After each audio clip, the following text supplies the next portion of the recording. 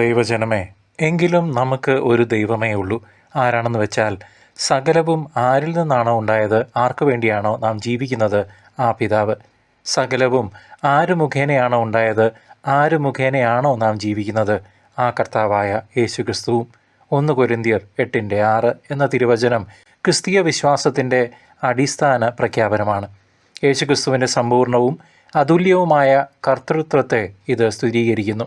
ഈ വാക്യം ദൈവത്തിൻ്റെ സ്വഭാവത്തെക്കുറിച്ചും രക്ഷകനും സൃഷ്ടാവുമെന്ന നിലയിൽ യേശുവിൻ്റെ അനന്യമായ പങ്കിനെക്കുറിച്ചുമുള്ള കത്തോലിക്ക പ്രബോധനങ്ങളുടെ മൂലക്കല്ലാണ്. ഇത് കൊരിന്ത്യൻ സമൂഹത്തിലെയും നമ്മുടെ ആധുനിക ലോകത്തിലെയും ബഹുദൈവ ആരാധനാ പ്രവണതകൾക്ക് അതീതമായി എല്ലാ അസ്തിത്വത്തിൻ്റെയും ലക്ഷ്യത്തിൻ്റെയും കേന്ദ്രം കർത്താവിൽ മാത്രമാണെന്ന് വ്യക്തമാക്കുന്നു.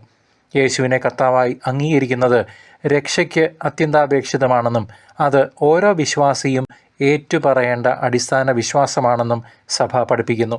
സകലത്തിൻ്റെയും ആത്യന്തിക ഉറവിടം പിതാവായ ദൈവമാണെങ്കിലും എല്ലാ സൃഷ്ടിയുടെയും കൃപയുടെയും ഒഴിച്ചുകൂടാനാവാത്ത മധ്യസ്ഥൻ പുത്രനാണെന്ന ധാരണ ഇതിലൂടെ ഊട്ടിയുറപ്പിക്കുന്നു. പ്രിയ സഹോദര സഹോദരി, ഈ ദൈവിക മധ്യസ്ഥതയിലൂടെ യേശുക്രിസ്തുവിനെ ഒരു പ്രവാചകനോ ഗുരു മാത്രമായോ അല്ല, മറിച്ച് സൃഷ്ടികർമ്മത്തിലെ സജീവമായ കർത്താവായി അവതരിപ്പിക്കുന്നു. തൃത്വത്തിൽ ഒരുവൻ. സകലവും ആര് മുഖേനയാണോ ഉണ്ടായത് എന്നത് ക്രിസ്തുവിൻ്റെ നിത്യമായ ദൈവത്വത്തെയാണ് ചൂണ്ടിക്കാണിക്കുന്നത്. അവൻ മുഖേനയല്ലാതെ ഒന്നും ഉണ്ടായിട്ടില്ല എന്ന് യോഹന്നാൻ്റെ സുവിശേഷം 1:3 പറയുന്നു. ഇത് ആഴമേറിയ ദൈവശാസ്ത്രത്തെ പ്രതിധ്വനിക്കുന്ന വാക്യമാണ്.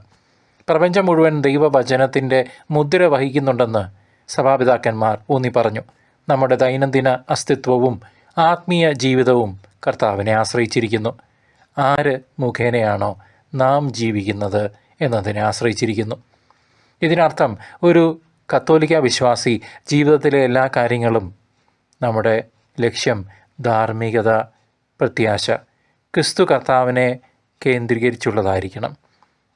നാം പിതാവിന് വേണ്ടി ജീവിക്കുന്നു, എന്നാൽ നാം ജീവിക്കുന്നത് പുത്രനിലൂടെയാണ്. ഞാനാണ് വഴിയും സത്യവും ജീവനും, എന്നിലൂടെ അല്ലാതെ ആരും പിതാവിൻ്റെ അടുക്കിലേക്ക് പോകുന്നില്ല. നമ്മുടെ ഓരോ ശ്വാസവും അസ്തിത്വവും നിലനിർത്തുന്നത് അവിടുത്തെ നിരന്തരമായ പ്രവർത്തനവും വീണ്ടെടുപ്പിൻ്റെ കൃപയിലുമാണ്.